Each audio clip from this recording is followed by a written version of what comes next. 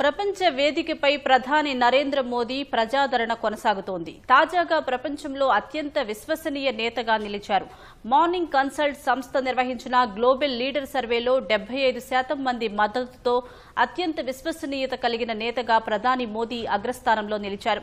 ఎన్నో యుద్ధాలు ఆపారంటూ గొప్పలు చెప్పుకునే అమెరికా అధ్యక్షుడు డొనాల్డ్ ట్రంప్ 44%తో 8వ స్థానానికి పరిమితమయ్యారు.